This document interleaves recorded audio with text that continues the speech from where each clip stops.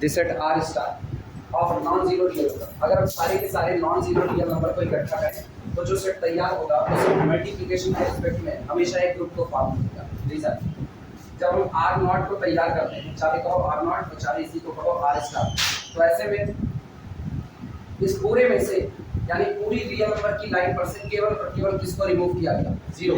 बाकी सारे नंबर उधर मौजूद हैं और इसका मतलब इसके पास वन मौजूद है जिसको किसी भी रियल नंबर पे मल्टीप्लाई करने पर रियल नंबर नहीं बदलता है।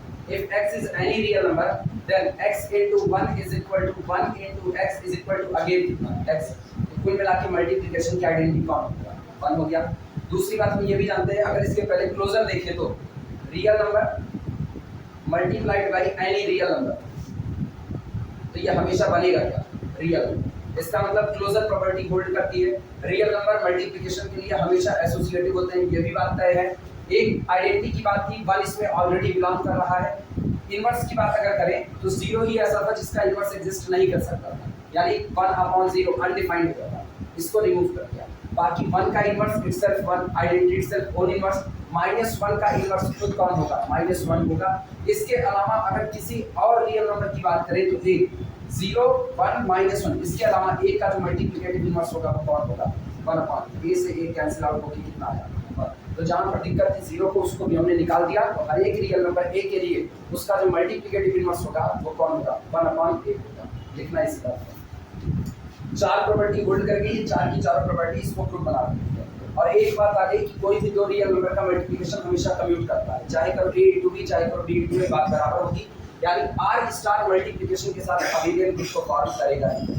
लिखना इसके बाद की लाइन लिखना, the identity is 1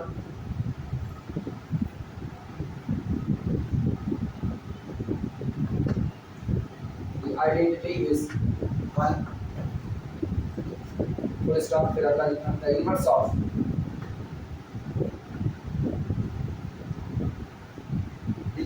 of small a is 1/a in r star।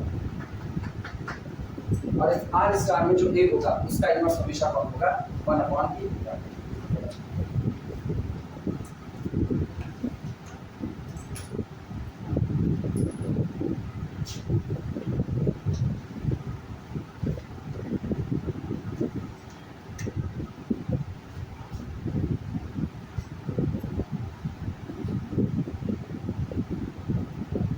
अलग से इसको पूरा प्रूफ करने की कोई जरूरत नहीं है कि आर स्टार मल्टीप्लिकेशन के लिए ग्रुप को फॉर्म करेगा। वो ठीक साफ सुथरा पता है, real multiplied by real again real numbers are always associated with respect to multiplication. Identity बता ही दिया, आइडेंटिटी 1 होगी। इनवर्स हर एक रियल नंबर का इनवर्स 1/a होगा, बशर्ते वो रियल नंबर 0 ना हो, और आर स्टार में 0 शामिल नहीं है। तो इसका मतलब सबका इनवर्स भी मौजूद है। रही बात अबेलियन की, रियल मल्टीप्लाइड बाय रियल पलट दोगे तब पर भी रिजल्ट सेम टू सेम मिलेगा। इसका मतलब हर बार कम्यूटेटिविटी होल्ड करें। और ये पांचों प्रॉपर्टी होल्ड करने का मतलब है अब आज की तारीख में आपका दिया गया आर स्टार मल्टीप्लिकेशन के लिए क्या फॉर्म करेगा? अबेलियन फॉर्म करेगा। लिखना चाहो तो एक लाइन लिख दो, also R star with operation multiplication is an abelian.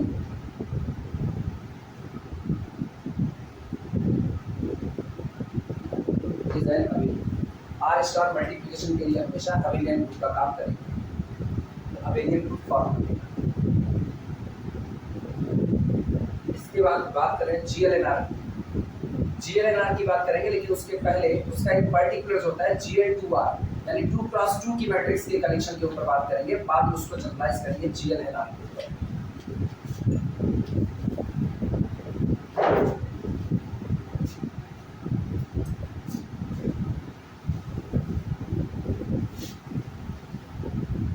ये हो गया।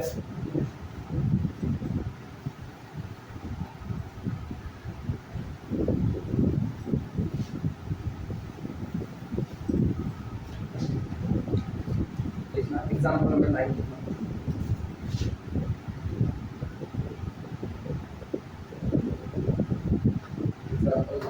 इसमें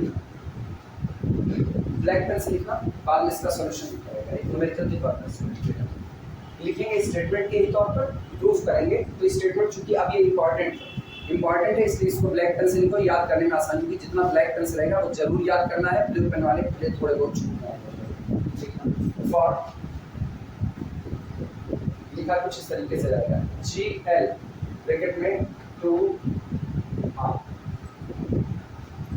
यही चीज जब अंदर में एन रख दिया जाएगा तो उसको जी एल एन आर पढ़ा जाता है। अभी बताते हैं इसका नाम क्या होगा, इसको कहेंगे जी एल 2 आर। ये कलेक्शन होता है, ये कुछ और नहीं। ये जो 2 यहाँ पर जो नंबर रखा जाता है ना, ये नंबर आपको बताता है कि आप अंदर में कितने क्रॉस कितने की मैट्रिक्स को बैठा रहे हैं, ये याद रखना। अभी हम यहाँ पर GL2R लिखे हैं तो इसका मतलब हम पूरा कलेक्शन इकट्ठा करेंगे केवल किसका, 2 क्रॉस 2 की मैट्रिक्स का। ये R स्टैंड करता है कि इस मैट्रिक्स के अंदर में जो भी एंट्री होगी A B C D, ये हर एक एंट्री कैसी होगी, रियल। तो GL2R का मतलब होता है कि आप 2 क्रॉस 2 की मैट्रिक्स को इकट्ठा कर रहे हो और उस 2 क्रॉस 2 की मैट्रिक्स में जितनी एंट्री पड़ी हुई है वो सब की सब कैसी, रियल। एक प्रॉपर्टी और छूट, इनमें लिखी गई हर एक मैट्रिक्स का डिटरमिनेंट नॉन जीरो होगा, यानी कि सारी की सारी मैट्रिसेस इनवर्टिबल देखना। GL2R is the collection of 2 cross 2 matrices A, B, C, D such that जहाँ पर ये A, B, C और D ये चार के चारों बिलोंग करेंगे रियल नंबर के सेट कैपिटल R से, यानी कि मैट्रिक्स के अंदर की हर एक एंट्री केवल और केवल रियल होगी। पहली बात। दूसरी शर्त ये है and AD minus BC does not equal to 0। इसका मतलब अंदर में वही मैट्रिक्स आएंगी जिनका determinant does not equal to क्या रहेगा, 0। डिटरमिनेंट कुछ भी आए उससे हमको कोई फर्क नहीं पड़ता, लेकिन बस एक शर्त है डिटरमिनेंट 0 नहीं आना चाहिए। 0 के अलावा जितनी भी 2 + 2 की नॉन जीरो डिटरमिनेंट वाली मैट्रिक्स होंगी वो सब की सब इस सेट के अंदर इकट्ठी होंगी और इसी सेट को GL2R कहा जाता है। बाद में यही अगर आप 3 × 3 की मैट्रिक्स इकट्ठी करो तो इसी बिहेवियर के साथ, यानी GL3R it is the collection of all 3 × 3 matrices, it is the collection of all 3 × 3 matrices with each entry real number and determinant of matrix does not equal to 0। किसी का डिटरमिनेंट 0 नहीं होना चाहिए। ये बातें अलग अलग बोलने से अच्छा हम एक बेहतर बात बोलें, GL3R is equal to collection of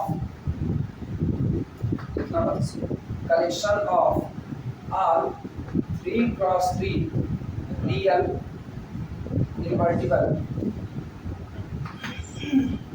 matrices,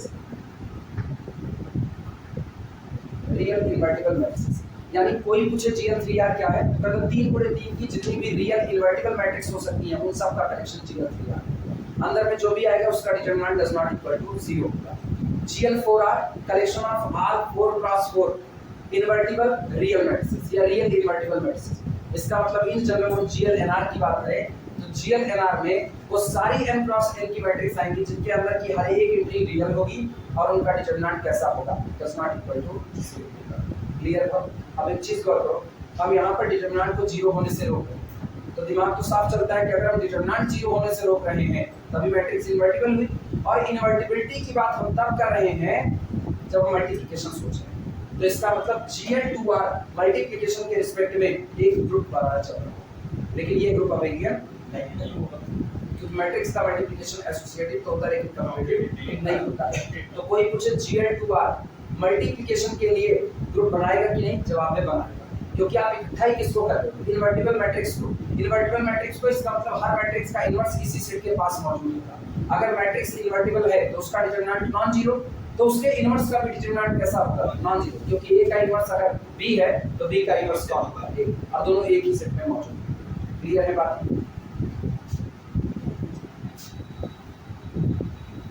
GL2R is equal to collection of all 2 × 2 matrices whose each entry are real and determinant does not equal to 0।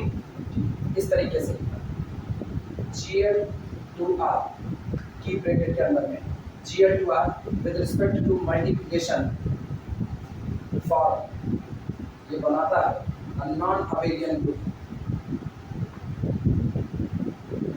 for a non-abelian group।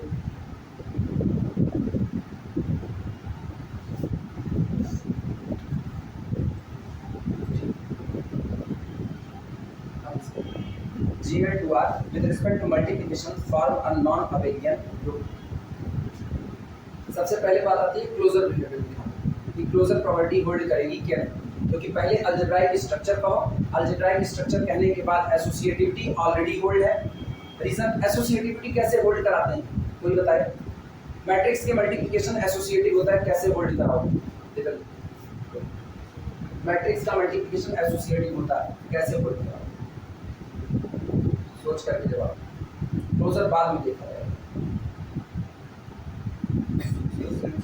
कैसे होल्ड करें? हाँ, कैसे दिखाओगे कि matrix का multiplication associative होता है?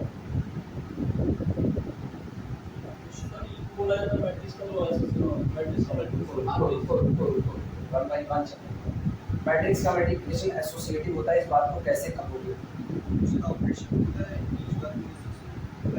उससे तो ये बताओ, GL2R में तो इनफाइनाइट मैट्रिसेस आएंगी, GL2R में इनफाइनाइट आएंगी, और एसोसिएटिविटी 1 बाई 1 हर एलिमेंट के लिए दिखानी पड़ेगी, क्योंकि ये तो है ना कि 10 के लिए दिखा दिया होल्ड कर गया तो 11वें के लिए होल्ड करेगा, फिर कैसे?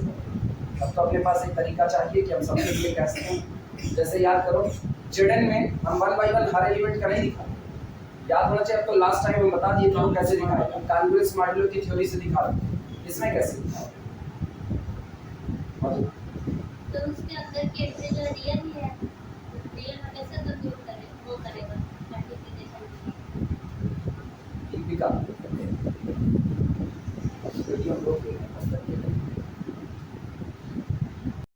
चलो सबसे पहले क्लोजर बिहेवियर दिखाते हैं कि एक अलजेब्राइक स्ट्रक्चर बनाता है। सॉल्यूशन में पहली बात लिखने के इसके दो तरीके ना, चाहे तो इनके हिसाब से लिखो, गैलियन के हिसाब से। गैलियन कहते हैं कि आप जो GL2R इकट्ठा कर रहे हो, GL2R में हर एक मैट्रिक्स का डिटरमिनेंट नॉन जीरो, इनकी बात बता रहे हैं। जैसा ये लिखते हैं उनके, इन्होंने कहा कि माना, ध्यान से सुनना, कुछ लिखो मत, let capital A comma capital B both belong to the GL2R। ये हमने ले लिया, दो के दोनों कैपिटल A 2/2 की मैट्रिक्स है, B 2/2 की मैट्रिक्स है, दोनों GL2R से बिलोंग करते हैं। अगर ये दोनों GL2R के हैं तो GL2R के अंदर वही आएगा जिसका डिटरमिनेंट कैसा है, नॉन जीरो। ये दोनों के दोनों 2x2 की मैट्रिक्स है, इसका मतलब ये हुआ कि determinant of A does not equal to 0 और determinant of B also does not equal to कितना हो गया 0।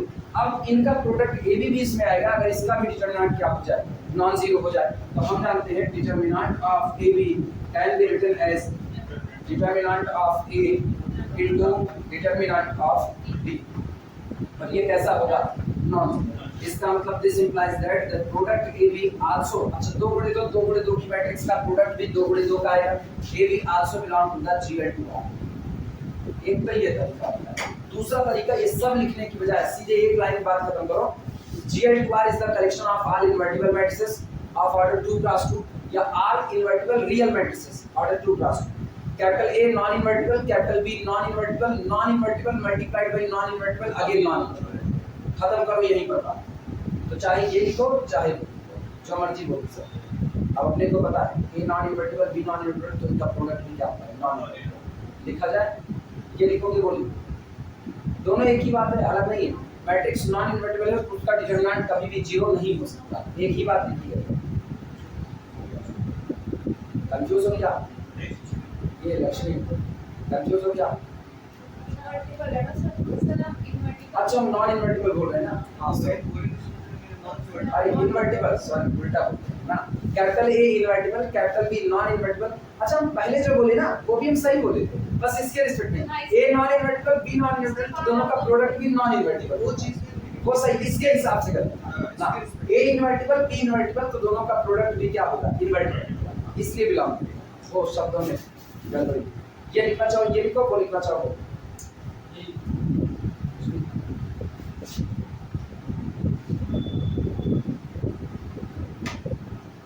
सब उल्टे पुल्टे निकल। ये हम मान कल ईमान पढ़ाते वक्त ऐसे करते, एक्चुअली मेरा बुखार जाने लगा, फिर हमको बुखार हो रहा है, वो लगातार चल रहा है, तो अब उसकी वजह से हमको चिड़चिड़ होती है, अब गुस्सा लगती है। जब एक दो मिनट इधर उधर करा, फिर कल ऐसे ही 3rd ईयर वाले में तक गनीमत था चल गया। टाइम इधर हो जाता है ना, पता चले इधर गया उधर गया। अब उधर से वहाँ सेकेंड ईयर 8 से लेकर के 10 बजे तक सेकेंड ईयर पढ़ा, 8 से 10 छोड़ करके आए, हम पहुँचे कितना 10:02 कृष्णा बैठे। अब उसके बाद हम इंतजार कर रहे हैं कहाँ है, तुम लोग आकर के बाहर कर रहे हो, तुम लोग अंदर आने की बजाय बाहर। कौन सा? अरे यार हम आए हुए थे, हम सब कुर्सी उर्सी लगा करके तैयार थे।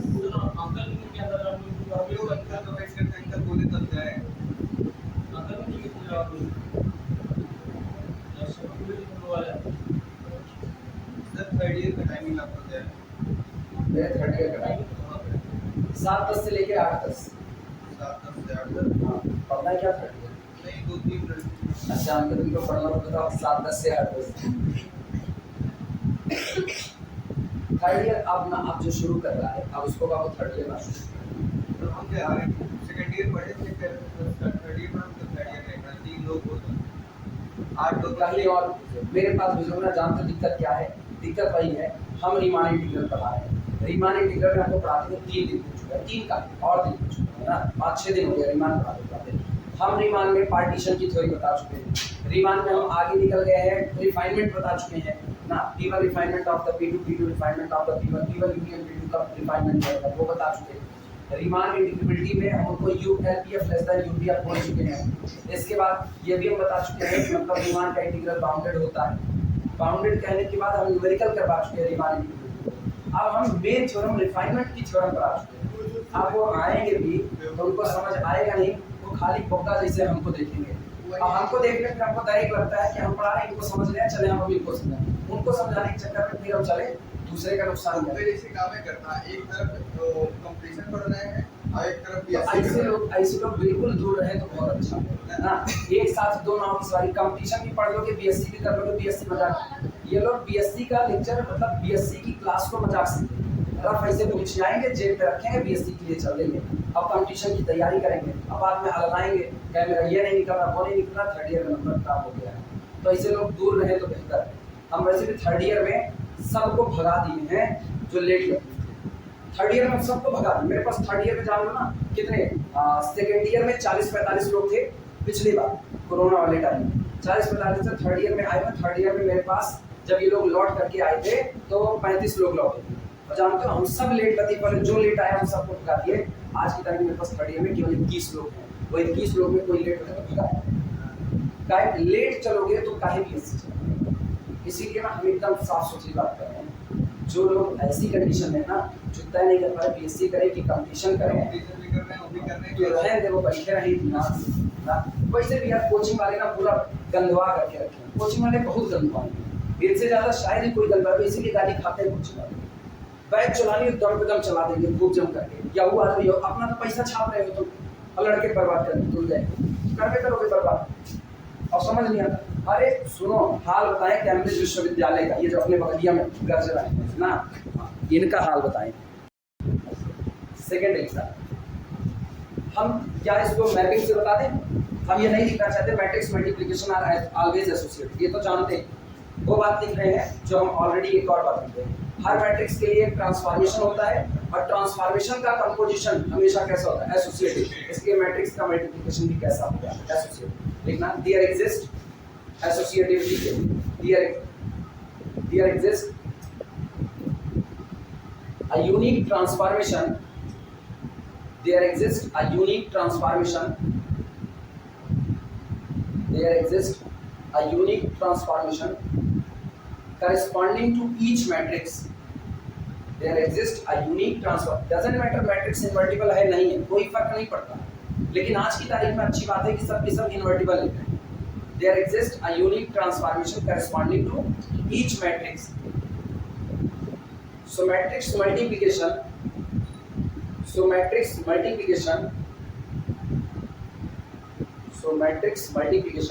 correspond to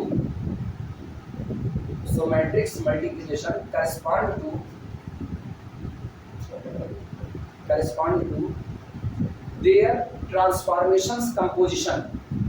So matrix multiplication correspond to their THEIR. इसलिए जो मैट्रिक्स का मल्टीप्लिकेशन होता है वो उनके करस्पॉन्डेंस में मौजूद ट्रांसफॉर्मेशन के कंपोजिशन के अनुरूप होता है। चाहे आप दो मैट्रिक्स का मल्टीप्लाई करो, और चाहे आप उनके ट्रांसफॉर्मेशन का कंपोजिशन करो, रिजल्ट एक बराबर प्रोड्यूस होगा। याद आया डेविड सीले? डेविड सीले क्या कहते थे? अगर आपको दो मैट्रिक्स, पहला ट्रांसफॉर्मेशन T1 दूसरा ट्रांसफॉर्मेशन T2 है, आपको T1 कंपोजिशन T2 चाहिए तो आप एक काम करो, चाहे T1 कंपोजिशन T2 निकाल लो, चाहे T1 के लिए I मैट्रिक्स A, T2 के लिए I मैट्रिक्स B, दोनों का प्रोडक्ट लो, रिजल्ट बराबर है। याद आया? इसी को लिख रहे हैं। So matrix multiplication correspond to their transformations composition, correspond to their transformations composition, correspond to their transformations composition, ठीक, and composition of transformation and composition of transformations are always associative. Transformations of composition are always associative. So composition of transformations या transformations composition apostrophe s लगा देना, ऐसा या तो ये transformations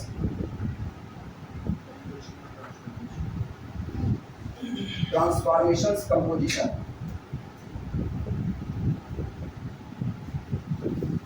चाहे तो ये ट्रांसफॉर्मेशंस कंपोजिशन और चाहे composition of transformation are always associative. So matrix multiplications are also associative. So matrix multiplications are also associative, इसलिए मैट्रिक्स का मल्टीप्लिकेशन भी कैसा होगा? एसोसिएटिव। क्लियर हुआ? मैट्रिक्स में मल्टीप्लिकेशन में जब दिखाना हो ना स्टैंडर्ड हो, ये ठीक है, हम लोग जानते हैं मैट्रिक्स का मल्टीप्लिकेशन ऑलवेज एसोसिएटिव होता है, सामने लगे कैसे होता है तो उसको बताओ। ट्रांसफॉर्मेशन का होता है और हर मैट्रिक्स के लिए एक ट्रांसफॉर्म, क्योंकि हर मैट्रिक्स एक लीनियर ट्रांसफॉर्मेशन को जनरेट करता है, तो इसका मतलब एक लीनियर ट्रांसफॉर्मेशन आएगा और ट्रांसफॉर्मेशन आया वो एसोसिएटिव है, तो इसको एसोसिएटिव करना पड़ेगा। क्लियर हो गया? अब ये बताओ आइडेंटिटी के लिए क्या 1 2 क्रॉस 2 की आइडेंटिटी मैट्रिक्स 1 0 0 1 वो GL2R में होगी और वो होगी तो वही मल्टीप्लिकेशन की आइडेंटिटी। तीसरा लिख देना एग्जिस्टेंस ऑफ आइडेंटिटी के नाम पर हेडिंग पड़ता है वैसे। अच्छा ये जो बात इतनी भारी भरकम लिखी गई, अगर इस बात को छोटा करके लिखना हो किसी को कंपोजिशन वाला, तो इसको छोटा करके ऐसा भी लिखा जा सकता है, ऐसे लिखना late A, B, C belong to the GL2R, ठीक। So by linear algebra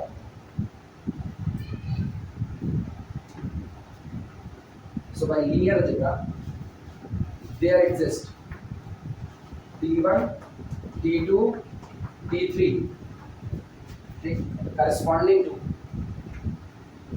T1 T2 T3 linear transformation corresponding to A, B, C respectively,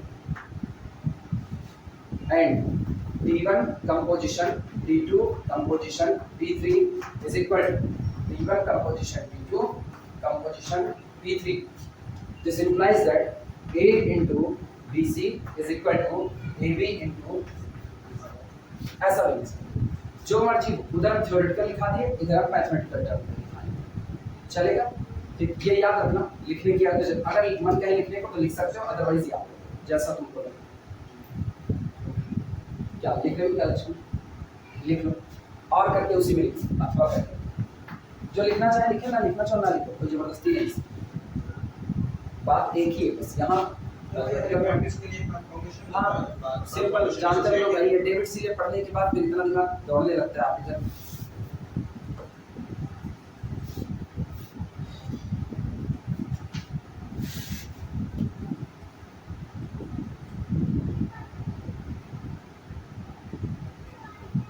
identity के लिए लिखा ये हो जाएगा।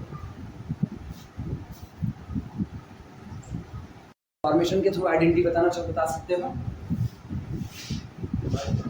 हाँ भाई निश्चित तौर पे आइडेंटिटी कैसा ट्रांसफॉर्मेशन, लीनियर ट्रांसफॉर्मेशन वो है तो उसके लिए एक मैट्रिक्स ट्रांसफॉर्मेशन कहना चाहो तो ऐसे कहो, और नहीं तो सीधे सीधे बोलो। यहाँ लिखना देयर एग्जिस्ट, यहाँ मौजूद है 1 0 0 1 और this clearly belong to the GL2R। Reason हमको देने की फिलहाल जरूरत नहीं है। क्यों?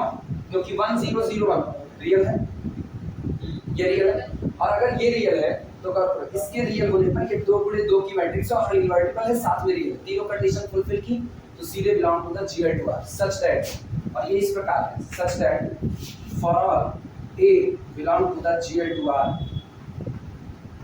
for all A belong to the GL2R, A into identity बराबर identity into A बराबर A implies that I2 is identity,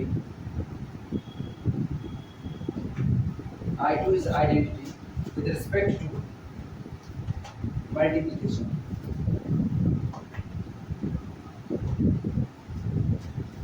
Again, identity I2 is identity with respect to multiplication in GL2R. In GL2R आगे जोड़ना मत भूलना, in GL2R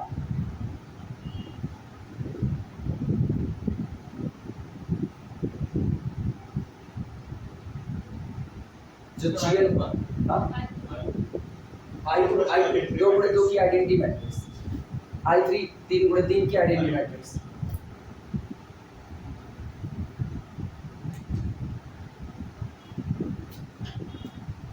ये जो GL stand होता है ना, अब इसका लिखा है, इसको जनरल लीनियर ग्रुप बोलते हैं। जो GL स्टैंड कर रहा है, दो होते हैं, एक होता है GLNR और एक होता है SLNR। ये दोनों बड़े इंपॉर्टेंट हैं ना, CSIR के रिस्पेक्ट में दोनों खूब इंपॉर्टेंट है। ये जो G स्टैंड कर रहा है, G स्टैंड कर रहा है जनरल, L स्टैंड कर रहा है लीनियर। अब इसको हम लिखा दो जनरल लीनियर ग्रुप।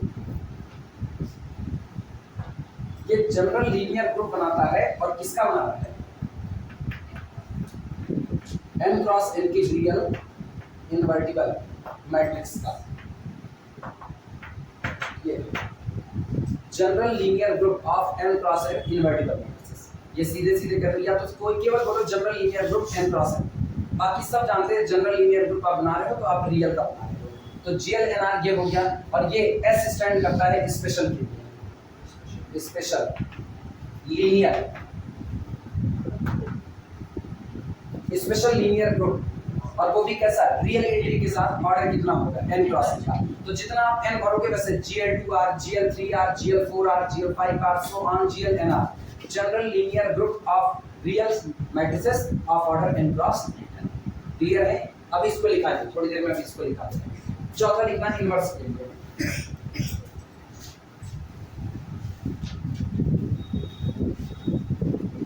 चौथी प्रॉपर्टी इनवर्स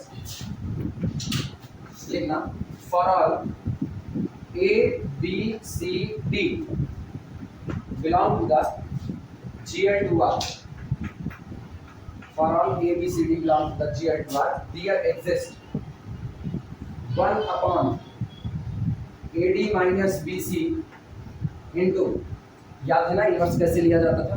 याद है? इसको क्या करते हैं? फ्लिप किया, B A और इनका sign minus B minus C, again belong to the GL2R, such that ऐसे लिखते हैं A B C D into 1 upon AD minus BC into D minus B minus C A is equal to I2। Confirm मिलेगा? बगल वाला लिखो चाहे नहीं, आज उसकी कोई जरूरत नहीं, ठीक है।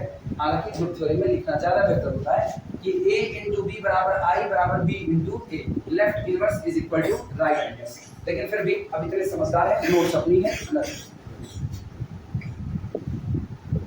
यानी जब आपसे कोई पूछे कि ABCD है तो इसका इनवर्स 1 होगा, इसका inverse 1 upon AD minus BC और उसके बाद D minus B minus C A होगा।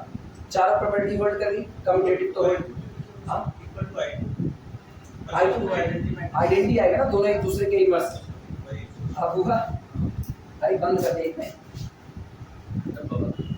अब देखना, इसको कह दो कैपिटल A, इसको कह दो कैपिटल B, और AB इज इक्वल टू कितना? I2 implies that A का इनवर्स कौन है B और B का इनवर्स कौन हुआ अभी ऐसा खत्म। चार प्रॉपर्टी ग्रुप की थी, चार की चारों होल्ड कर गई। इसका मतलब जो ये Gl2R है ये आपका एक ग्रुप को फॉर्म करता है और ये ग्रुप नॉन अबेलियन होगा। शुरुआत में लिख चुके हैं ये फॉर्मल नॉन अबेलियन, क्योंकि मैट्रिक्स का मल्टीप्लिकेशन एसोसिएटिव तो होता है लेकिन कम्यूटेटिव नहीं होता है। क्लियर है? नीचे लिखना पूरी बातें खत्म करने के बाद बोले लिखना this very important non abelian group, इसको चाहे तो ब्लैक पेन से लिख लेना। This very important non abelian group, this very important non abelian group इस कार्ड कहा जाता है। This very important non-abelian group is called the general linear group. Is called the general linear group of 2 cross 2 matrices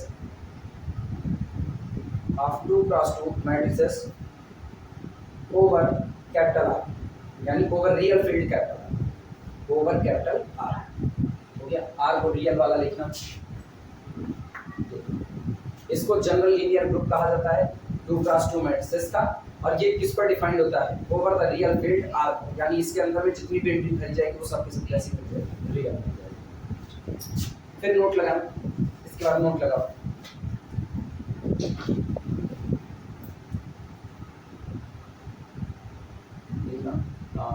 galleon की language लिखा रहे हैं या फिर देखो इन जनरल गैलियन की लैंग्वेज लिखा रहे हैं। In general GLNR with respect to multiplication, in general GLNR with respect to multiplication is a non-abelian group, is a non-abelian group. In general, GLNR is a non-abelian group. अब तो पता है ना, Gl2R particular case है और GLNR generalisation का case है। General linear group of order n cross n real matrices over the real field R। जब आप कहते हो ना जनरल लीनियर ग्रुप, तो अब आपको इन्वर्टिबिलिटी इसमें जोड़ने की जरूरत नहीं। जनरल लीनियर ग्रुप बनाया ही गया है केवल और केवल n क्रॉस n की इन्वर्टिबल मैट्रिक्स के कलेक्शन से। दूसरे शब्दों में कहें ना तो जब आप सारी की सारी n क्रॉस n की इन्वर्टिबल रियल मैट्रिक्स को इकट्ठा कर लो तो जो भी ग्रुप जो भी बनेगा वो एक सेट होगा और वो सेट प्रॉपर्टी रखेगा ग्रुप बनाने की, और उसी ग्रुप को जनरल लीनियर ग्रुप कहा जाएगा। क्लियर है ये बातें? अलग से कुछ इसमें नुक्ताचीनी जोड़ने की जरूरत नहीं। बोले 10वां एग्जांपल लिखना। This set of R2 cross 2 matrices, this set of R2 cross 2 matrices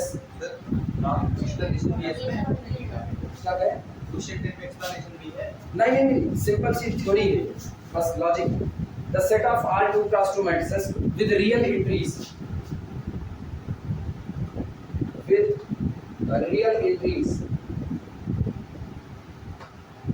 जैसे अभी GLNR निकाल दिए ना, GLNR को निकाले तो हमने क्या दिया, केवल वही लोग इसमें शामिल हो जिनका डिटरमिनेंट नॉन जीरो, और वो लोग ग्रुप बना दिए। तो अब हम कहने चल रहे हैं जब आप सारी की सारी मैट्रिक्स इकट्ठी कर लो जो रियल एंट्री रखी है तो इनका कलेक्शन ग्रुप नहीं बनाएगा। ये कहने चल रहे हैं the set of R2 cross 2 matrices with real entries is not a group, is not a group, ये ग्रुप नहीं बनाता, is not a group under ordinary matrix multiplication, under ordinary matrix multiplication.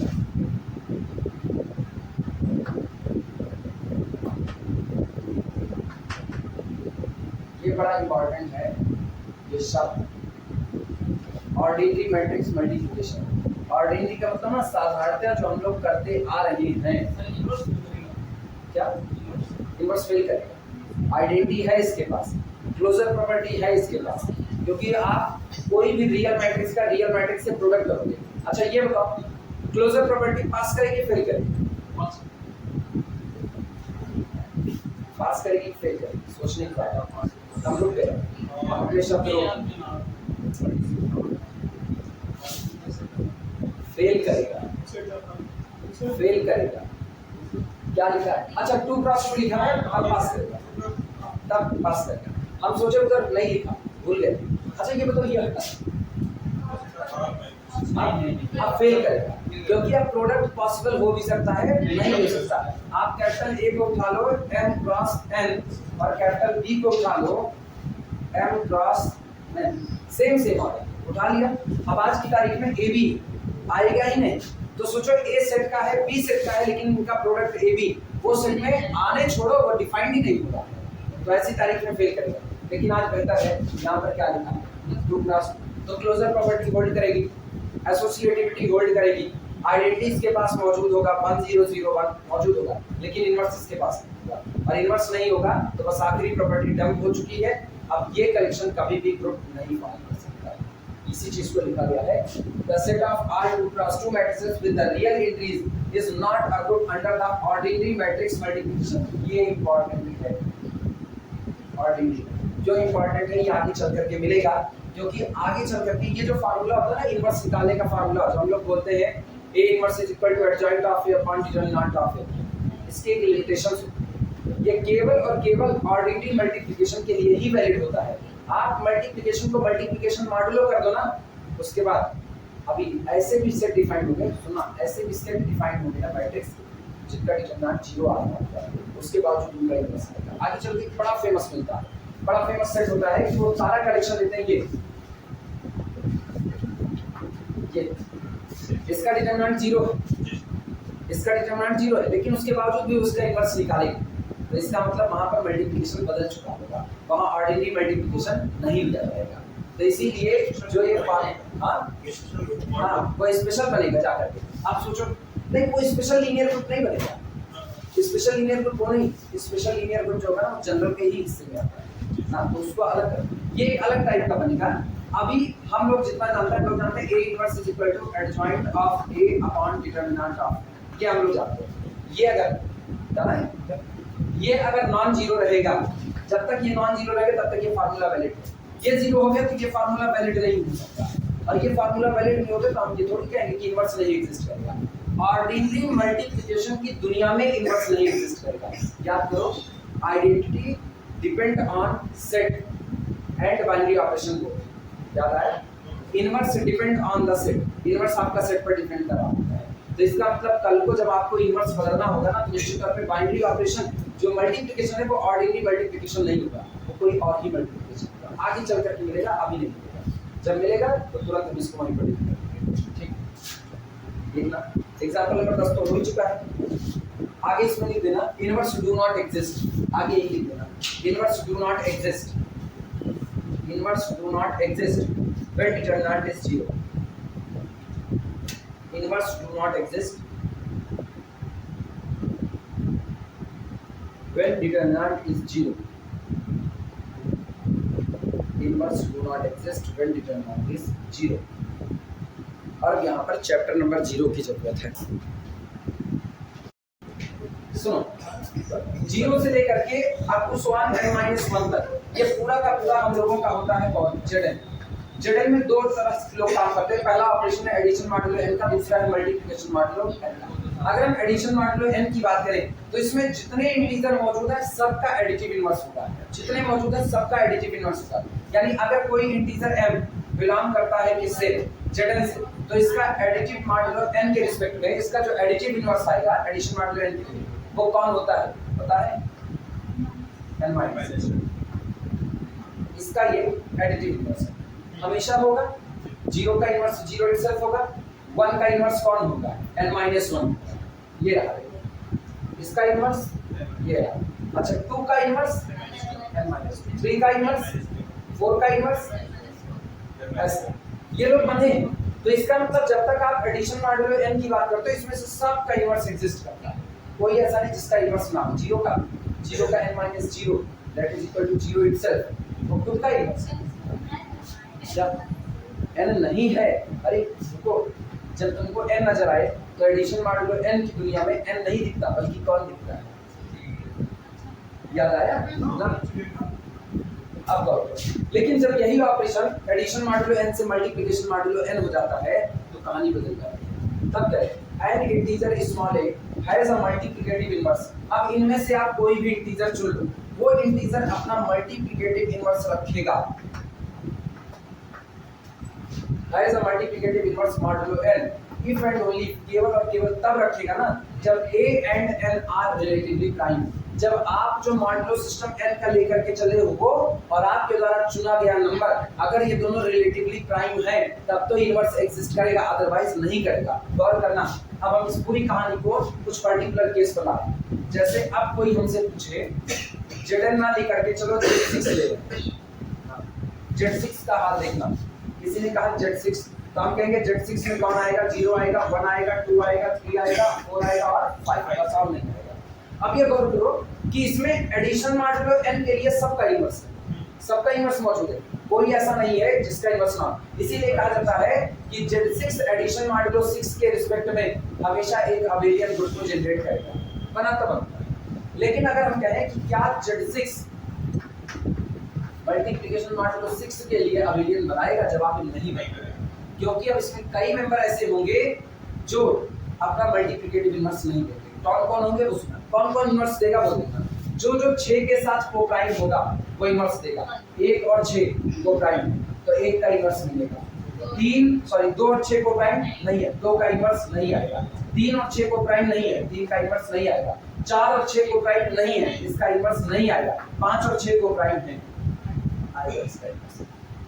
Clear हुआ? तो इसका मतलब अब जब हमको लेना होगा ना तो मल्टीप्लिकेशन मॉड्यूलो के लिए सोचना, मल्टीप्लिकेशन मॉड्यूलो के लिए कौन कौन ग्रुप बनाया है।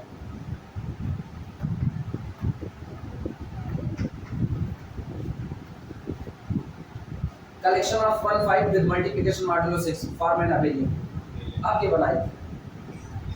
क्लियर हुआ? फिर अगला आपके हम Z6 हटा दें। अब हम Z6 की जगह पर कुछ और 0 नहीं ले सकते, 0 और 6 को प्राइम नहीं है। 0 और 6 का डिवीजर 0 ही, सॉरी वो 6 होगा। अगला देखना, जैसे हम कहते हैं Z8 ले लिया तो Z8 अगर हम लें तो 0 1 2 3 4 5 6 7 8 बस 7 ये रहा। एडिशन मॉड्यूलो 8 के लिए अबेलियन ग्रुप बनाता है, सबका इनवर्स मौजूद होगा। 0 इटसेल्फ ओनली इनवर्स, 1 का इनवर्स कौन होगा? 7, 2 का इनवर्स 6, 3 का inverse 5, 4 itself only inverse. Clear हो गया? लेकिन अब की देखना, अगर हम यही कहें कि क्या Z8 मल्टीप्लिकेशन मॉड्यूलो 8 के लिए अबेलियन ग्रुप बनाएगा, जवाब ये ग्रुप नहीं बनाएगा, अबेलियन तो बहुत दूर की बात है। तो कैसे देखेंगे कौन इनमें से किसको किसको इकट्ठा कर लें कि वो मल्टीप्लिकेशन मॉड्यूलो 8 के लिए चल करके किसको बना लें, ग्रुप को फॉर्म करें। गौर करना, जो 8 के साथ को प्राइम होगा। अभी बताओ 8 और 1 क्या को प्राइम है? GCD of 8 1 is equal to 1। अच्छा 2 और 8 को प्राइम है? नहीं होगा। क्या 3 और 8 को प्राइम है? तो इसका मतलब 1 का सिलेक्शन होगा, 3 का सिलेक्शन होगा। 5 और 8 को प्राइम है, 5 और 8 में से इसके बाद 7 और 8 को प्राइम है। तो इसका मतलब सेट देखना क्या है, सेट मिलता है 1 3 5 और 7। ये कलेक्शन जो है मल्टीप्लिकेशन मॉड्यूलो 8 के लिए क्या फॉर्म करेगा? एक ग्रुप को फॉर्म करेगा। क्लियर हुआ? इसी चीज को यहाँ पर निकालें। सोचो जो लोग अपना मल्टीप्लिकेटिव इनवर्स रख रहे हैं, ये बताओ आप मल्टीप्लिकेशन के लिए ग्रुप बनाना चाहते हो। जब आप मल्टीप्लिकेशन के लिए ग्रुप बनाना चाहते हो तो निश्चित तौर पर आपको मल्टीप्लिकेशन के लिए इनवर्स लाना पड़ेगा कि नहीं? और जब आपको मल्टीप्लिकेशन के लिए इनवर्स लाना पड़ेगा वही तो मल्टीप्लिकेटिव इनवर्स कहलाएगा। तो जब कोई इनके साथ कोप्राइम है ही नहीं, जो लोग इनके साथ कोप्राइम नहीं होंगे उसका मल्टीप्लिकेटिव इनवर्स नहीं आएगा, क्योंकि अब तो थ्योरी क्या कह रही है, N integer small a has a multiplicative inverse modulo n। Modulo n के लिए कोई भी लिया गया इंटीजर अपना मल्टीप्लिकेटिव इनवर्स देगा केवल और केवल तब जब a और n आपस में कैसे होंगे, रिलेटिवली प्राइम। इसके अलावा नहीं देने वाला। तय हो गया कि नहीं? तो जो रिलेटिवली प्राइम नहीं होगा उसको निकालना पड़ेगा, तभी जाकर के आप मल्टीप्लिकेशन के लिए ग्रुप बना सकते हो, अदरवाइज नहीं बना सकते हो। और यही वो कहानी है जो आपको बताती है कि कौन किसका। अब इस ग्रुप का नाम देंगे, बोलना। इस ग्रुप का नाम होता है क्या? देखिए ये जो अभी अभी बनाए है ना, इस ग्रुप का नाम होता है U8। इसका नाम होता है U8 ना। U8 is the collection of those integers which are relatively prime with 8 and less than 8 also। 8 के साथ रिलेटिवली प्राइम है और 8 से छोटे भी होने चाहिए, ये भी तय बात है। और तब यहाँ पर सवाल बनता है कि अगर किसी ने कह दिया Z8, तो Z8 का सबसेट कौन कौन होगा? Z8 का सबसेट, अब सोचो ऑप्शन क्या लगाया? ऑप्शन नहीं, ऑप्शन ये लगा है Z8 का सबसेट उसने कहा Z2, Z4, Z6 और इधर लिख दिया U8। कौन किसका सबसेट है? सोचो कौन किसका सबसेट है। हमें अब सामने वाले को नजर क्या आया? दिक्कत देखना, दिक्कत है क्या? दिक्कत ये है सामने वाले कहेगा Z8 में कौन है? 0 से लेकर के 7 तक है। बवाल यहीं से शुरू होता है, जो लोग ध्यान नहीं देते हैं। 0 से लेकर के 7 तक का हिस्सा उसको नजर आ रहा है कि 0 से 7 तक Z8 में है, तो वो कहेगा Z2 में 0 होगा 1 होगा। दो लोग हैं और जो 01 यहाँ पर है वही 01 यहाँ पर मौजूद है। गलतियां बता रहे, गलतियां क्या होंगी अभी बता रहे, इसमें गलत क्या है। Z4 आप देखोगे तो Z4 में 0 होगा 1 होगा 2 होगा 3 होगा, और देखो मौजूद है 0 है 1 है 2 है 3 है, तो लग रहा है कि Z4 इसका सबसेट है। अभी आपको Z6 नजर आया 0 से लेकर के 5 तक, 0 से 5 तक रखा हुआ, तो लग रहा है Z6 उसका सबसेट है। U8 आपको नजर आता है तो U8 कहानी पलट चुका है। अब ये लोग जो आपको सबसेट नजर आ रहे हैं वास्तविकता में ये सबसेट नहीं है, क्योंकि उसको लिखा ही गलत गया है, उसको लिखा ही गलत गया है। वो ये नहीं लिखा जा सकता, यही तो मेन कहानी है। आप ये नहीं बल्कि आप ये जो छिपा है वो तो ये कि उसने अपने अंदर में फैमिली को जगह दिया। This is the collection of family. अगर इसको करो ना, ये कलेक्शन ऑफ फैमिली ये कहता है कि हमने पूरे इंटीजर की दुनिया को 8 टुकड़े में बांट दिया। इंटीजर की दुनिया में कुल कितने इंटीजर होते हैं? इनफाइनाइट, और इसने उन पूरे इनफाइनाइट इंटीजर को केवल 8 टुकड़े में बांटा है। यहाँ पर इस परिवार में केवल वही इंटीजर आएगा जो 8 से डिवाइड होने पर रिमाइंडर क्या देगा? 0। इस फैमिली में केवल वही इंटीजर आएंगे जो 8 से डिवाइड होने पर रिमाइंडर कितना देंगे? 1 देंगे। इसका मतलब अगर मैं इस फैमिली का एक मेंबर बताओ तो हम कहेंगे इस फैमिली का पहला मेंबर 1 होगा कि नहीं होगा? 8 से 1 को डिवाइड करो, रिमाइंडर 1 बचेगा, तो 1 बार के अंदर में 1 जाएगा। अच्छा अगला देखना, क्या इस फैमिली में 9 होगा कि नहीं? 8 के 8 रिमाइंडर कितना आया? 1। तो 9 किसका मेंबर होगा? 1 बार का मेंबर होगा। 8 दूनी 16 है 17, 17 भी इसका मेंबर होगा कि नहीं?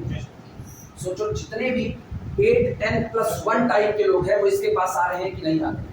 इसका मतलब फिर गौर करना, इसमें कौन आएगा? इसमें वो लोग आएंगे ना जो 8 से डिवाइड होने पर रिमाइंडर 2 छोड़ रहे हैं। क्या ये अकेला एलिमेंट है? ये पूरा एक परिवार है, और ये जब पूरा एक परिवार है तो ये सारे लोग काम किस पर कर रहे हैं? एडिशन मॉड्यूल 8 पर। अच्छा अब गौर करना, जरा इसका देखना, इसमें कौन कौन होगा? Z4 में 0 होगा 1 होगा 2 होगा 3, बस इतने लोग होंगे। इसमें वो होगा, इसमें वो होगा जो 4 से डिवाइड करने पर रिमाइंडर कितना देगा? 2 देगा। तो इसका मतलब 4 से डिवाइड करने पर रिमाइंडर 2 देने वाला 6 इसका हिस्सा है कि नहीं? क्या तुम्हारे इसमें 6 आ पाएगा? इसमें 6 कभी नहीं आएगा, वो बल्कि किसमें जाएगा? 6 बार। तो सोचो ये दोनों फैमिली, इसकी फैमिली 2 बार, इसकी फैमिली 2 बार, बाहर से देखने पर दोनों फैमिली 2 बार है, लेकिन अंदर के एलिमेंट जो रहने वाले हैं वो बदल गए कि नहीं? ये बिल्कुल ऐसा है ना। इसको अगर तुम रियल लाइफ में देखो, रियल लाइफ में इसकी सिचुएशन है कॉलोनी की। कॉलोनी में क्या होता है? ये बिल्डिंग एक तरह, ये बिल्डिंग एक तरह, दोनों दिखने में एक तरह की बिल्डिंग है। ये भी वही हरे लाल में बनी है, ये भी हरे लाल में बनी है। बिल्डिंग को देख करके तो आप कोई अंतर बता ही नहीं सकते, लेकिन अंदर जाओगे तो अंदर में रहने वाले लोग डिफरेंट डिफरेंट हो गए कि नहीं? तो इनकी भी कॉलोनी बसी है किसके नाम पे? 0 बार 1 बार 2 बार 3 बार 4 बार। उनकी भी कॉलोनी बसी है 0 बार 1 बार 2 बार 3 बार 4 बार। क्यों? बाहर कॉलोनी के नाम पर जो साइन बोर्ड लगा हुआ है, ये साइन बोर्ड रिमाइंडर बता रहा है। रिमाइंडर क्या बचेगा? तो ठीक है, आप किसी भी नंबर को किसी नंबर से डिवाइड करोगे कुछ तो रिमाइंडर देगा ना, उसी के आधार पे कॉलोनी को बांट दिया गया। अभी क्लियर हुआ? कितना हुआ टाइम अपना? कितना? पानी पी कर के आओ तो ये बातें दिखा, ठीक है? पानी पी के आओ तब दिखा।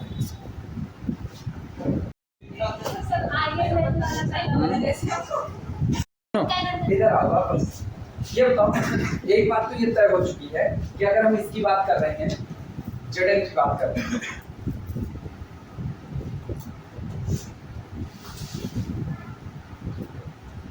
अगर इसकी बात करें तो एडिशन मॉड्यूलो n के रिस्पेक्ट में इसके पास जितने मेंबर हैं सबका इनवर्स इसमें एग्जिस्ट करता है।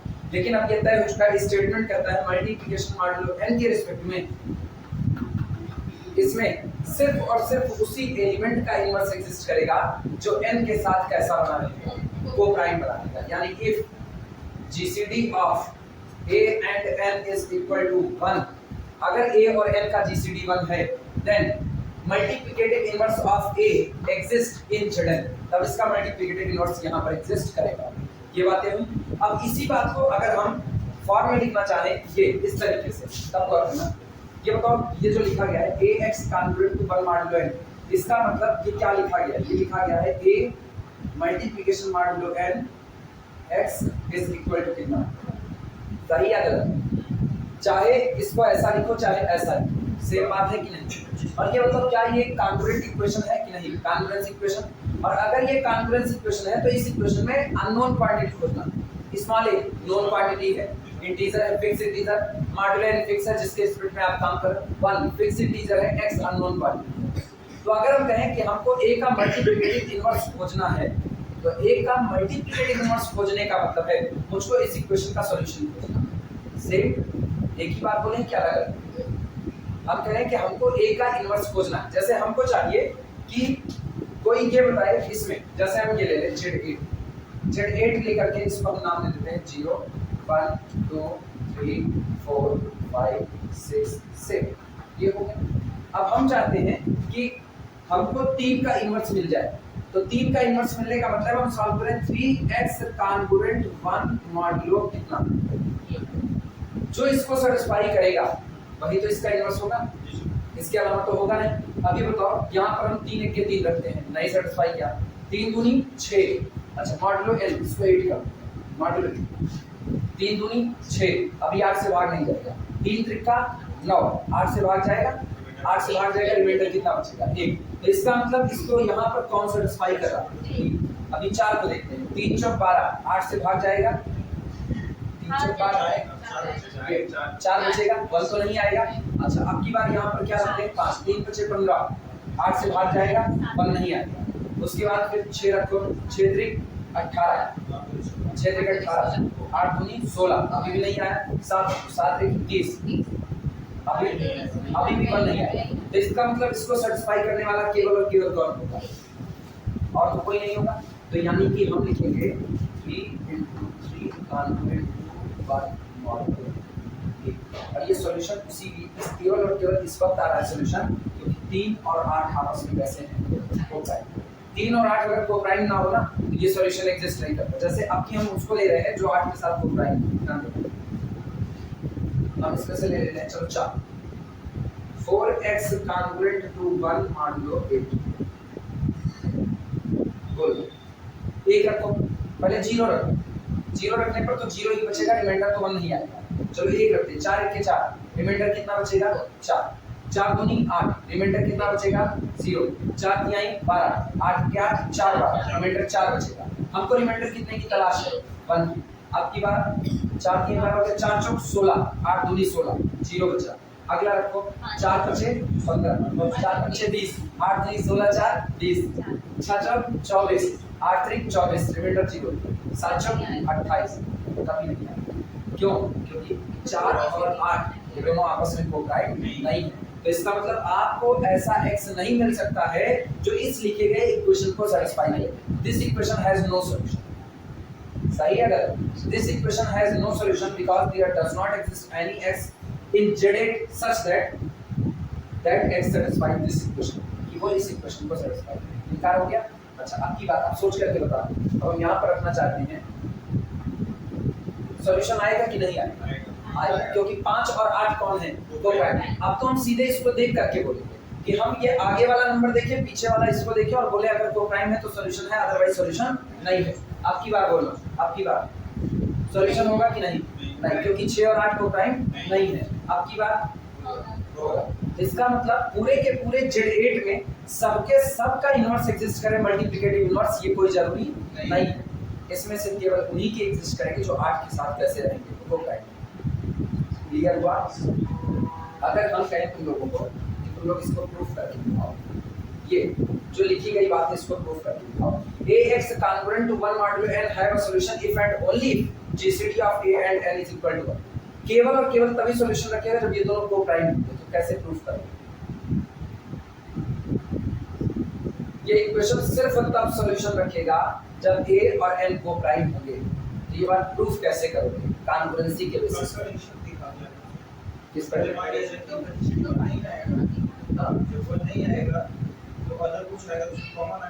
ये बताओ पर्टिकुलर एक एग्जांपल लेकर के तुम दिखाओगे जनरलाइजेशन पर कैसे प्रूफ करोगे?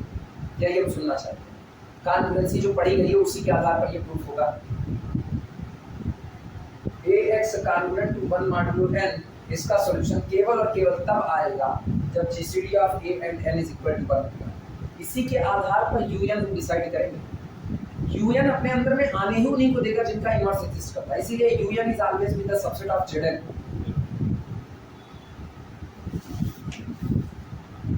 प्रूफ कैसे करोगे? क्या इसका प्रूफ कर सकते हो? 5 मिनट का टाइम, 5 मिनट में पेन चला करके सोचो इसका प्रूफ हो पाएगा। फिर गोचराची शुरू करो, पेन उठाओ, गोचराची शुरू करो और 5 मिनट में इसका प्रूफ देखो। थोड़ा सा भूले हुए हो वही याद करते तो हो जाता है। इसके प्रूफ को दिखाने के ना अपने पास 3 तरीके हैं, ठीक है।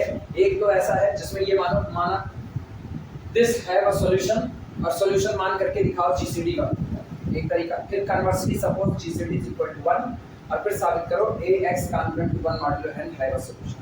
एक बार मानो सॉल्यूशन है और फिर दिखाओ कि a और n दोनों का जीसीडी 1 होगा, मतलब ये दोनों को प्राइम है। दोबारा इनको को प्राइम मान करके दिखाओ कि इसके पास सॉल्यूशन एग्जिस्ट करता है। एक तो ये तरीका हो गया।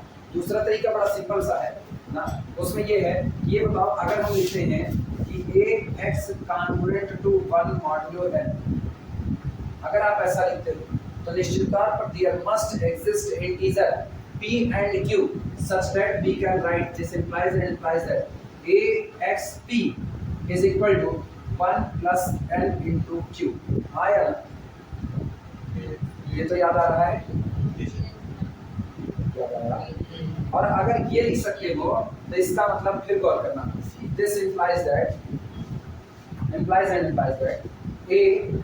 axp ठीक is equal to n into q plus 1।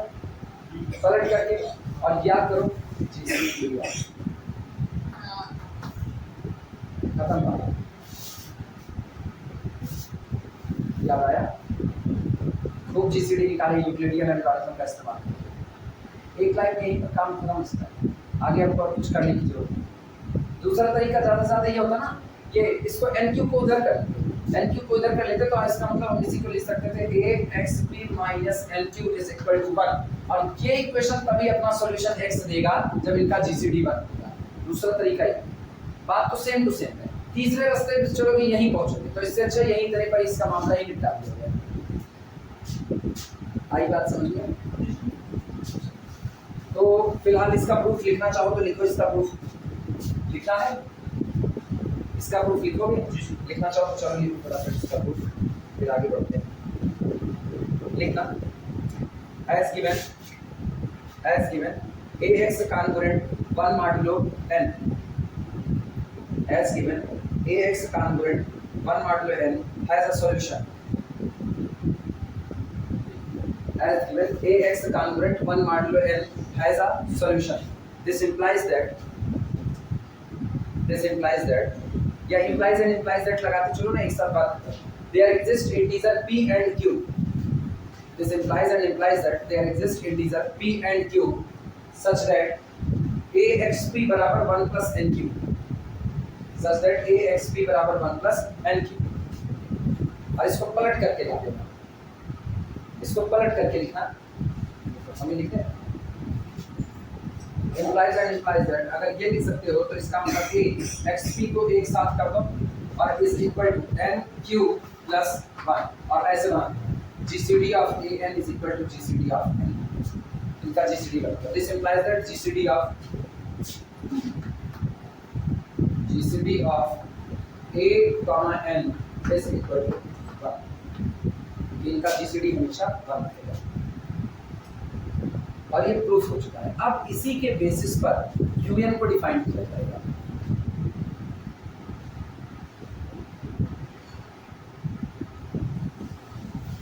Black pen से अब आगे लिखना, ब्लैक पेन से डबल स्टार करके लिखना।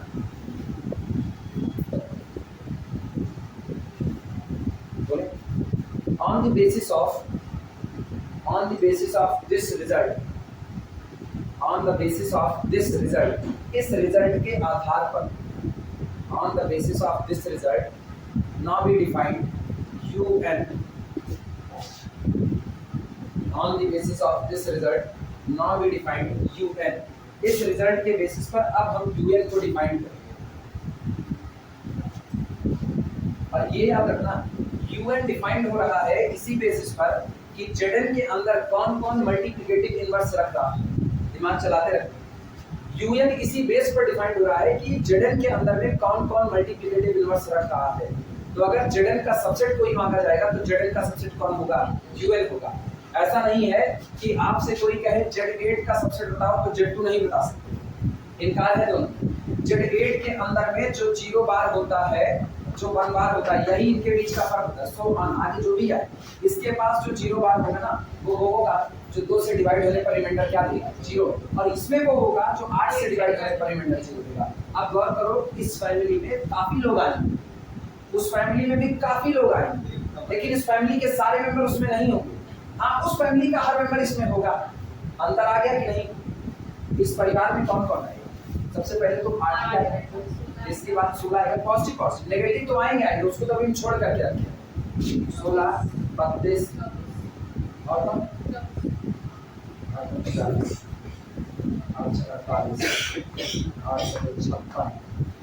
40, 24, ये सारे लोग इसका हिस्सा हैं।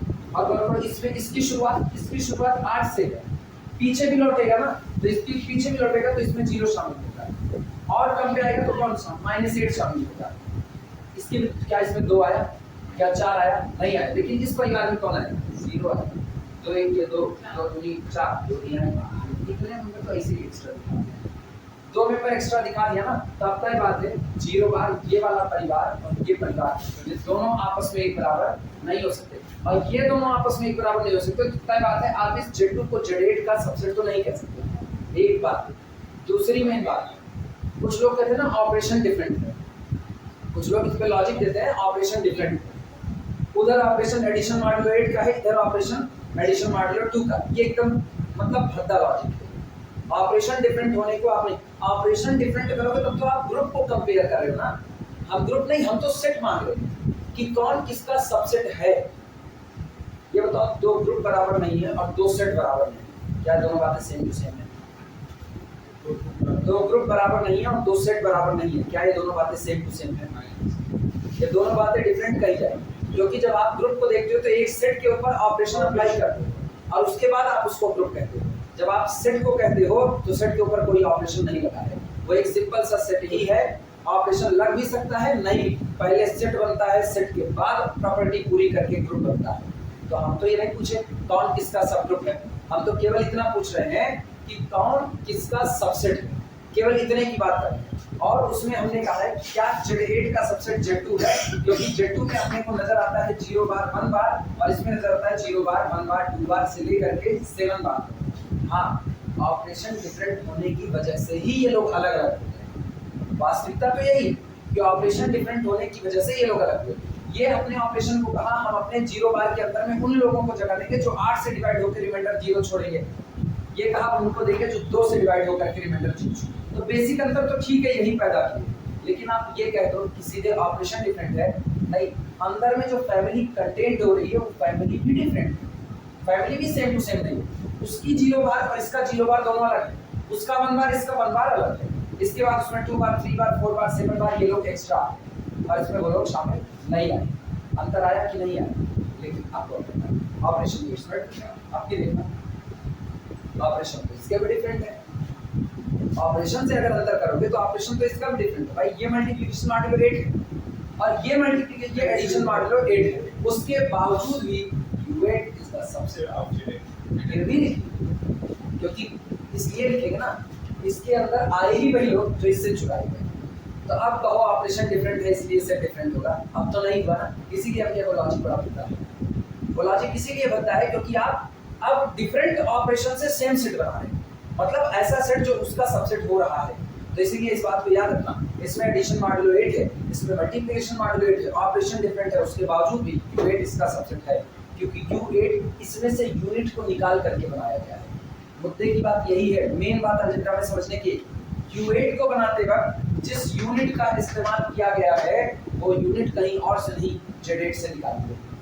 यूनिट का मतलब ना ईंट निकालना, एक ईंट हम तुम्हारे घर से निकाल के अपने घर में लगा रहे हैं, तो इसका मतलब तुम्हारे घर के एलिमेंट तो मेरे घर में सच में है, अंतर आया कि नहीं आया? अब गौर करना, इसमें कौन था? 0 बार U8 के पास जाने को तैयार नहीं हुआ, क्योंकि 0 8 के साथ को प्राइम नहीं था। 1 बार जाने को तैयार हो गया, तो 1 बार अकेला थोड़ी जाएगा, 1 बार तो खुद एक फैमिली है, वो फैमिली पूरी की पूरी इसके पास चली जाएगी। तो यानी 1 बार Z8 का भी है, 1 बार U8 का, और दोनों में सेम टू सेम, अंतर नहीं आएगा। अब की गौर करना, 2 बार जाने को तैयार नहीं होगा, वो केवल इसी में रह जाएगा, उधर नहीं जाएगा। 3 बार वो जाएगा ही जाएगा, क्योंकि 3 और 8 को प्राइम है। 4 बार 4 बार नहीं जाएगा, 5 बार जाएगा, 6 बार नहीं जाएगा, 7 बार जाएगा। इसमें से कितनी यूनिट उठ करके U8 में गई? 4 यूनिट उठ करके गई। तो इसका मतलब U8 के पास जो कुछ भी गया वो वास्तविकता में कहां से आया? पूरे U8 is the subset of Z8। अब ये बातें समझ में आई? डिफाइन करते हैं।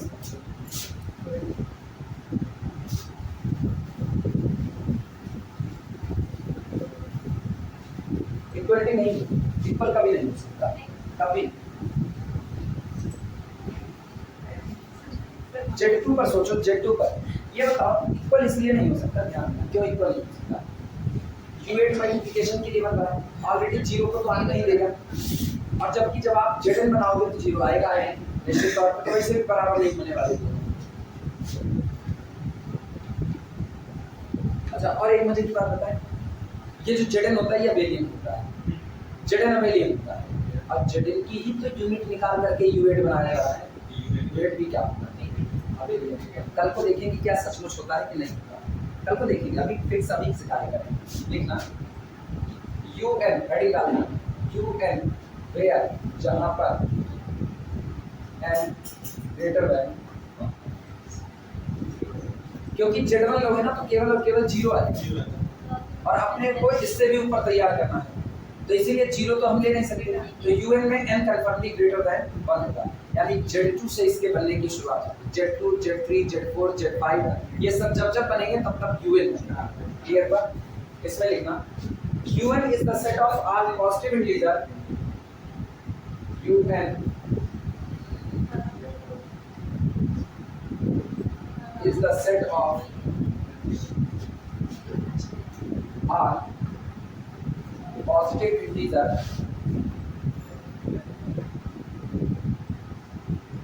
UN is the set of all positive integers less than n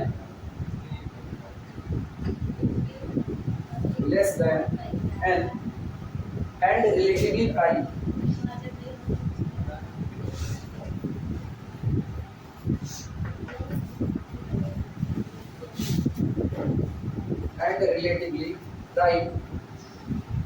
to n। Definition ध्यान से देखना, लिख चुके हैं। UN is the set of all positive integers, UN उन सारे positive integers का कलेक्शन है जो less than n है and relatively prime to है, जो n से छोटे हैं और n के साथ क्या बने हुए हैं? प्राइम बने हुए हैं, relatively prime। then तब ऐसे केस में UN is a group, UN is a group, UN एक ग्रुप को फॉर्म करता है under multiplication modulo n।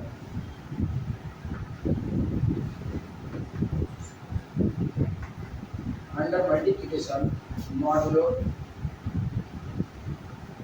n, under multiplication modulo n, that is अर्थात ब्रैकेट में लिखना इस तरीके से UN with multiplicative modulo n is an abelian group, लिखेंगे see this is an abelian group, ये एक abelian group होगा where, जहां पर तुम लोग उसी लाइन में लिखना ध्यान रखना, where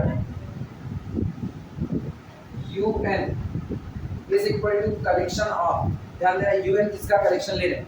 UN कलेक्शन है A का, such that किस तरह के ए ले रहे हैं कि ए लेस देन एन पहली बात and GCD of A and N is equal to, और लिख करके पूरा घेरे में मार दो, यहाँ से ले करके यहाँ तक का हिस्सा एक घेरे में कर दो।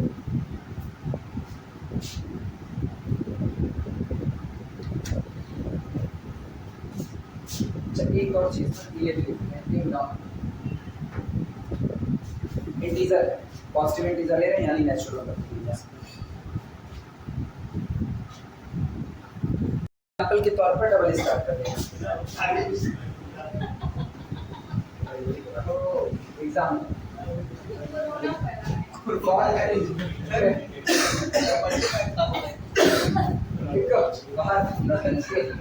for n is equal to 10, u10 is equal to, बोलो u10 में कौन कौन आएगा, बोलो u10 में कौन कौन आएगा, u10 में 10 के साथ को प्राइम 10 से छोटा रहे, ऐसे मत करो, बोलो कौन आएगा, 1 आएगा और 3 और 7 और 9 और 10 4 एलिमेंट हैं।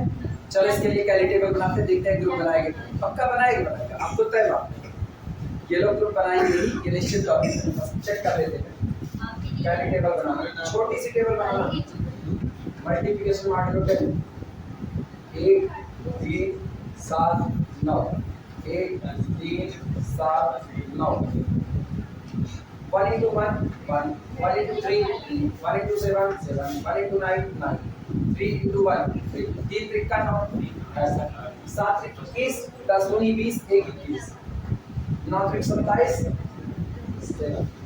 7 एक के 7, 7 त्रिक 21, 10 दूनी 20, 1 21, 7 सता 49, 10 चौक 40, 9 49, 9 सते 63, 10 छक 60, 3 63, 9 एक के 9, 9 त्रिक 27 का मतलब 7, इधर से 9 सते 63, 63 का मतलब 3 और 9 9 81 का मतलब 1।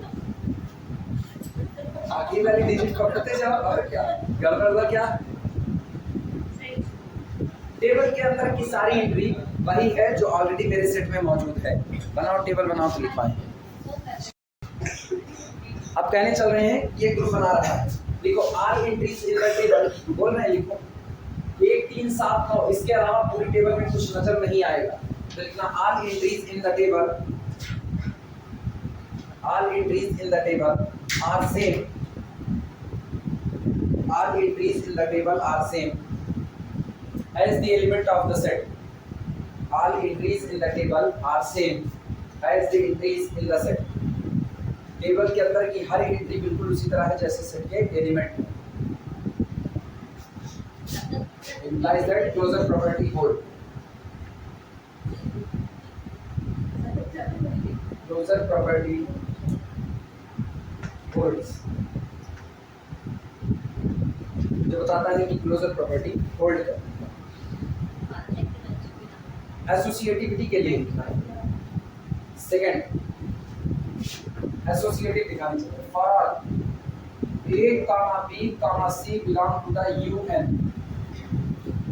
अब इस सॉरी यूएन नहीं U10, for all A comma B comma C belong to the U10, इसको क्या लिखा जा सकता है सोचो, इसको लिखा जा सकता है a multiplicative modulo 10 b multiplicative modulo 10 c is equal to, associative दिखा है, बोलो क्या हम इसको ये लिख सकते हैं ए मल्टीप्लिकेटिव मॉडुलो 10 बी इनटू सी, हाँ या ना, क्यों, क्योंकि मेरे पास रीजन है, क्योंकि बी मल्टीप्लिकेटिव मॉडुलो 10 सी लिखा जा सकता है बी इनटू सी, सही या गलत, ये दोनों बातें सेम टू सेम है कि नहीं, चाहे लिखो बी इनटू सी मल्टीप्लिकेटिव मॉडुलो 10 और चाहे लिखो बी सी मॉडुलो 10, दोनों बातें बराबर हैं।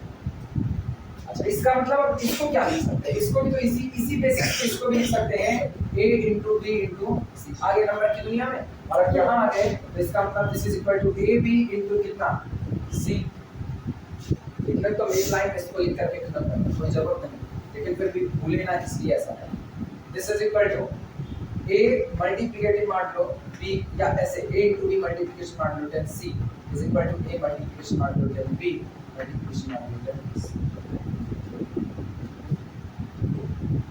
कंफ्यूज हो क्या मतलब?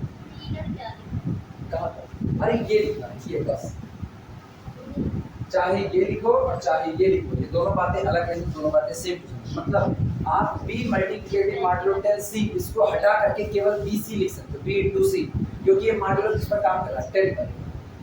आप समझ में आई बात? ये जो B into C लिखे हैं इसी का लॉजिक यहाँ पर देखो लिखने का। लिखो चाहे ना लिखो, उसकी कोई मतलब कंपलसरी नहीं है, लेकिन आना चाहिए तो।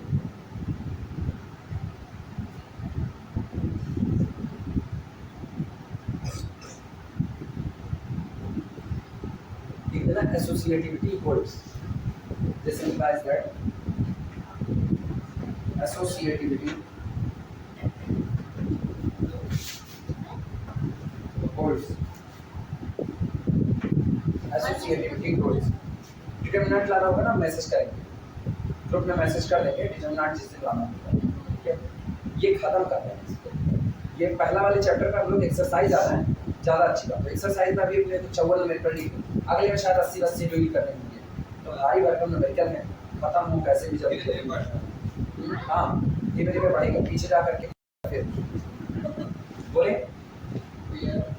अब की बार तीसरा लिखना, तीसरा आइडेंटिटी के लिए बोले चलो। थर्ड बात ये बताओ, 1 के ठीक सामने वाली रो देखना, 1 के ठीक सामने वाली रो क्या है? 1 3 7 9, और ठीक सामने वाला कॉलम 1 3 7 9, और सेट के एलिमेंट उसी ऑर्डर में 1 3 7 बराबर है। 1 इज द आइडेंटिटी। लिखना row and column headed by 1, wording लिखना row and column headed by 1, row and column headed by 1 are same, row and column headed by 1 are same and same as the element of the set. Row and column headed by 1 are same and same as the element of the set. Row and column headed by 1 are same and same as the element of the set.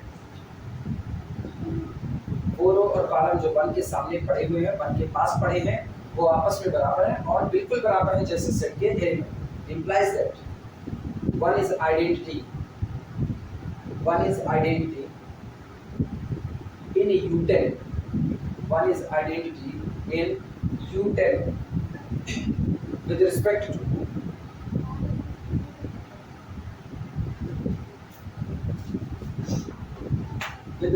multiplication modulo 10. One is identity in U10 with respect to multiplication modulo 10 हुआ। बारी आती है inverse. ये बताओ, table को देखने से पता चलता है 1 का इनवर्स किन लोगों के झगड़े में आइडेंटिटी होता है? 3 और 7 के झगड़े पर आइडेंटिटी, 7 और 3 फिर 9 और ओके। अच्छा यहाँ से ना दिमाग में एक बात रखना, दिमाग में बात रखना जरा गौर करो। जिस वक्त हम लोग Z2 ले रहे हैं, Z2 में कौन होता है? तो ये बताओ U2 के कौन होता है? अकेला 1 1 के साथ को प्राइम है। अच्छा फिर एक चीज गौर करना, चीज यहाँ से बताते चलना, अभी आगे मिलेगा ना, वहां मिले उससे पहले दिमाग में बातें करना। जब हम Z3 ले रहे हैं 0 1 2, तो जब हम U3 लेंगे तो U3 को कौन होता है? 1 और ये बताओ। अच्छा इसके बाद फिर अगला Z4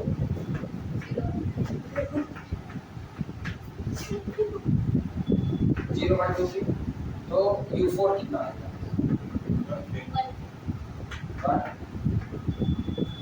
ये बताना 1 itself 4 इनवर्स तो रखना इनवर्स, इनको छोड़िए, एक ही एलिमेंट रखा, बाकी का U3 लिए। जब Z3 था तो U3 में इससे एक था 3 - 1 आ रहा था कि नहीं आ रहा?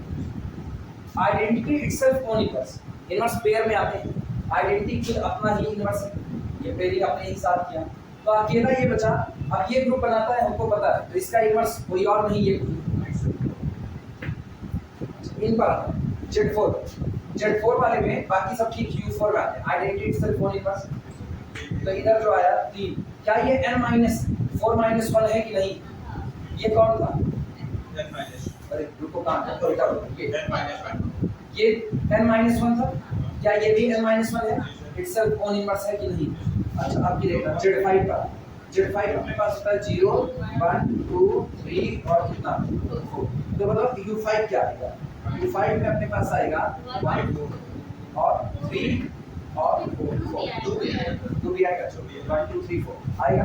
अब ये बताना दिस इटसेल्फ ओन इनवर्स हो गया, 2 का इनवर्स 3, 3 का इनवर्स वेरी कर लिया, अकेला कौन बचा? 4, 4 इटसेल्फ ओन इनवर्स। अब ये बताओ ये 4 कौन है? n-1 है कि नहीं? इसका मतलब जितने एलिमेंट n-1 टाइप के आ रहे हैं वो सब इटसेल्फ ओन इनवर्स आ रहे हैं, हाँ या ना? जितने एलिमेंट n-1 टाइप के आ रहे हैं वो सब इटसेल्फ ओन इनवर्स आ रहे हैं, और ये बात सही भी है क्योंकि n-1 मल्टीप्लिकेशन मान लो n-1 करोगे तो बोलो कितना मिलेगा? n-1 मल्टीप्लिकेशन मान लो n-1, this is equal to क्या आप इसको n-1 का होल स्क्वायर कर सकते हैं कि नहीं? और ये मान लो कितना n, यानी ये अपने पास आता है कौन? n स्क्वायर प्लस कितना 1 और फिर कितना -2n मॉडुलो कितना n। अच्छा मॉडुलो n का मतलब होता है n स्क्वायर क्या n से डिवाइड हो जाएगा, तो इसका मतलब ये कितना -2n क्या n से डिवाइड हो जाएगा, n इसमें शामिल है, ये कितना कुल मिला के अपने पास बचा। इसका मतलब हर बार जब आप un को लिखोगे तो un में कोई और इटसेल्फ ओन इनवर्स हो ना हो, आइडेंटिटी इटसेल्फ ओन इनवर्स होगा पहली बार, और आइडेंटिटी के साथ साथ ये n-1 ये भी इटसेल्फ ओन इनवर्स होगा, तय हो गया। तो कुल मिला के इटसेल्फ ओन इनवर्स वालों की संख्या हर बार कितनी बढ़ती है? क्लियर बात। अगर आप U3 से शुरू करते हो, अब U3 ले सेफ जोन, बाद में देखेंगे U2 U4 क्या होता है, U3 से लेकर के ऑनवर्ड आगे तक तुम बढ़ते चले जाओ, हर बार तुमको इसमें कम से कम 2 एलिमेंट जरूर मिलेंगे जो इटसेल्फ ओन इनवर्स। पहला हमेशा कौन होगा? आइडेंटिटी इटसेल्फ, और दूसरा कौन होगा? n-1। याद रहेंगे बात, बाद में हम लोग लिखेंगे।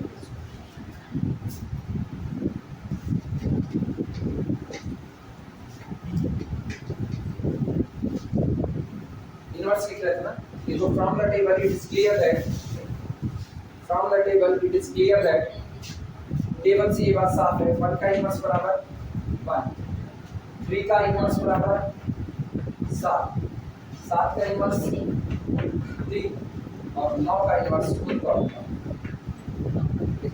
From the table it is clear that identity itself own inverse, 3 का इनवर्स 7 है, 7 का इनवर्स 3 है और 9 का इनवर्स 9। हर एलिमेंट का इनवर्स आया, इनवर्स एग्जिस्ट कर गया, तो डायगोनल के अबाउट सिमेट्री है कि नहीं? 3 7 9 3 7 9 1 7 1 7 3 3 सिमेट्री है, कंप्लीट होता ही होगा। ऑलरेडी हम जानते हैं कि ये अभी बनाता है, लिख देना। 2 बातें लिख सकते हो, चाहे लिख दो table is symmetry about the diagonal, और चाहे लिख दो respective rows are same as the respective column, ये भी चलता है, दोनों बातें लिख सकते हो। जो हम क्या बोले, table is symmetric along the diagonal, table is symmetric along the diagonal, so commutativity hold, table is symmetric along the diagonal, so commutativity hold। और जिनको ये दिक्कत है वो लिख सकते हैं respective rows are same as the respective column. Clear हो? ये बताओ 5 की 5 प्रॉपर्टी होल्ड हो गई, तो इसका मतलब तय हो चुका है कि आपका U10 मल्टीप्लिकेशन मॉड्यूलो 10 के रिस्पेक्ट में क्या फॉर्म करता है, is an abelian group,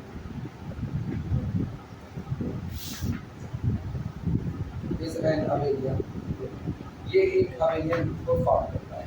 note करना ये भी मॉड्यूलो है,